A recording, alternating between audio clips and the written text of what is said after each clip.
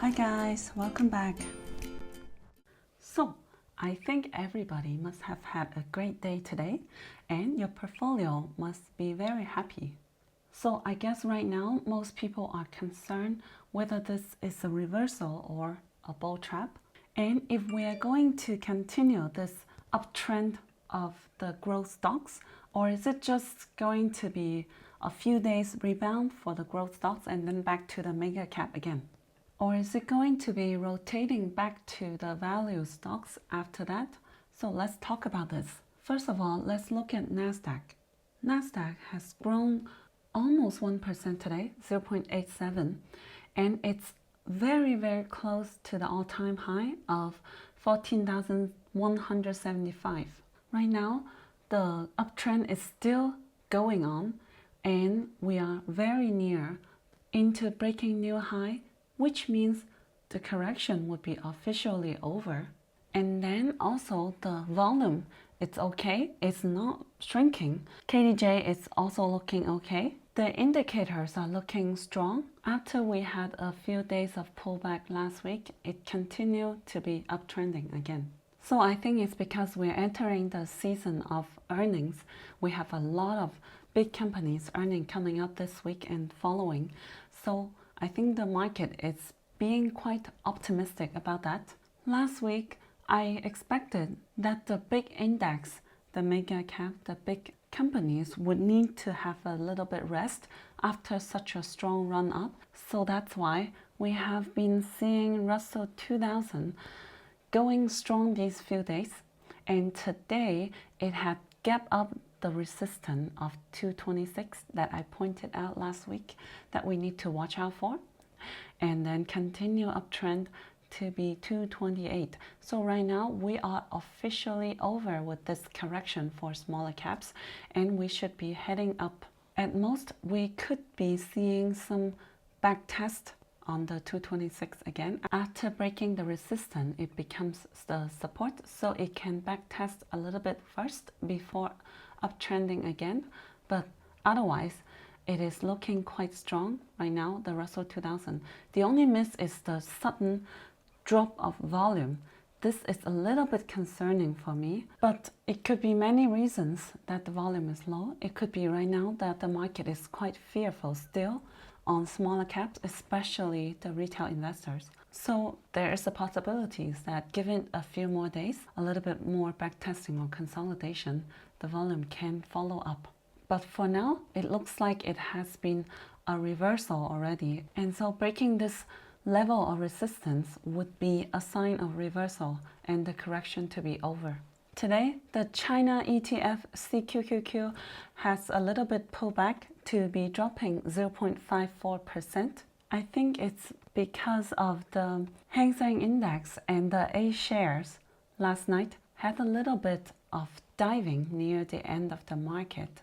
As you see, at first it was growing well, at most at around 0.5% up, and then afternoon it just went diving quickly to be as low as near 1% down. And it was the same thing with the Hang Seng Index, growing first and then diving until the end. I think part of the reason was because of the news that Meituan was also getting investigated by the government for anti-probe, something similar to what happened to Alibaba. This news caused Meituan to drop from rising at first, so I think a lot of people are quite fearful for what happened to Alibaba already, and they are worried that this would just continue to happen to all the mega cap, all the big tech stocks in China, one by one. So this news has caused some sell-off for the big caps and the big techs afterwards, driving down the index and the ETF as well. So that's why we see that the CQQQ drop 0.5%, and at the same time, the KWEB dropped 0.27%, and the CWEB dropped 0.5%. So the CWEB is like the 2x of the China Internet Index. In the morning, during the pre-market, I took a screenshot. It was dropping as much as 6.4%. That's quite a little bit of dropping for an ETF, but we can see it dropped a lot at the market opened and then continue rising up. And when it closed, it only closed with dropping 0.5%, recover most of the losses. So I see this as a little bit slight pullback, a false alarm. It hasn't even closed the gap that was from last Friday yet. So I still see Chinese stocks rebounding, and any pullback might be a good dip to buy. But while the bigger tech stocks of China was dropping, pulling back a little bit yesterday, we also saw the smaller caps were growing regardlessly. So I think this article from the institution, it's worthwhile to mention here. The title of this article reads, "The future growth lies beyond the top 100 companies." So he thinks that institutions' capital had been flowing into big stocks since 2015 to 2016. The top 25 fund manager control near 60 to 70% of the capital. And they commonly agree that the big companies have been popular in their investment portfolio, while the small caps companies were not getting enough attention. Meanwhile, they think currently China is still in the stage where a lot of new companies and new startups can benefit from this stage of the Chinese economy. He thinks that a lot of the big companies have been through the transition from being safe investment into getting higher valuation than they could perform, so higher than the fair value now.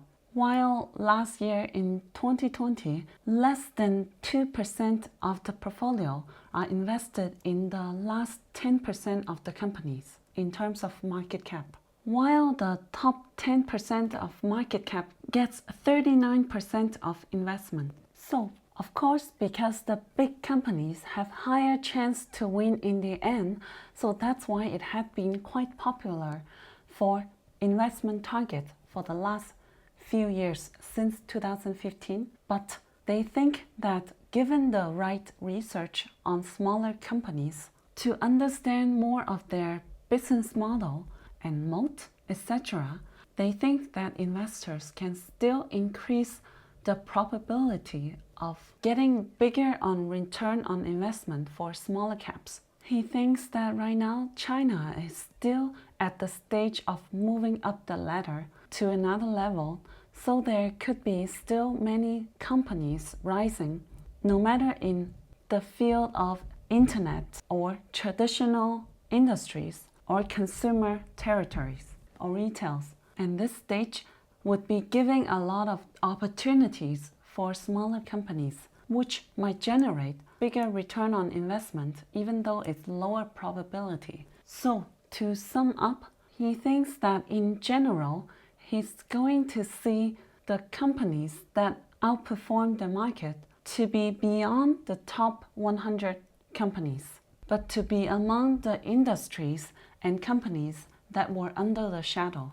So I find this article quite interesting and also speak for a lot of growth and smaller caps here, and also align with my personal investment style. For me, I like to find out the companies under the shadow, the hidden gem, especially the ones that I think would be at almost the turning point of the industry that can generate bigger return on investment in the future, while we can buy it when it's small and cheap. Even though it is lower probability than the bigger cap, of course, it's more risky. But at the same time, if we diversify enough, I think in the end, we can still outperform the bigger cap, as long as we don't put all the eggs in one basket for smaller companies. So I guess that would explain and analyze why we are seeing some pullback for the bigger cap companies right now in the Chinese market. But at the same time, I want to say that I want to change my video styles to focus more on the companies and my analysis, and also looking out for more companies that I think have good potential and less market update. So I'm going to stop making daily videos on market updates. It had always been my mission and why I opened my YouTube channel anyways, to share what I want to share about the analysis on companies and to find out the good ones under the shadow. That's always what I wanted to do, and also share my opinions on the companies that people don't share this perspective in general, which was what I have been doing before this big market correction anyways. So now I want to go back to this, and that means I would stop making daily videos on market update, because I really want to spend more time on going deeper into each company and more research on the industry. And for market updates, I'll be doing it in my Discord every day anyways, and answer more frequent asked questions. And for those of you who are in my Discord channel, if you are interested, I would really love to set up a text channel for brainstorm and research. So anyone is to bring up research and insight if you want, and we can be there to discuss and brainstorm more investment ideas in the future. This is something I've wanted for a while now, definitely. So let me know in the comment section what you think about it, whether you are supportive of this idea. And I am also very grateful for all your comments and advice on helping me grow my channel. Thank you so much. Now, if you have enjoyed this video, please give me a big like and write me a great comment. And I'll see you in my next video. That's it, guys. Hope you can find my videos helpful. Make sure you subscribe to my channel and give me a big like. Thank you.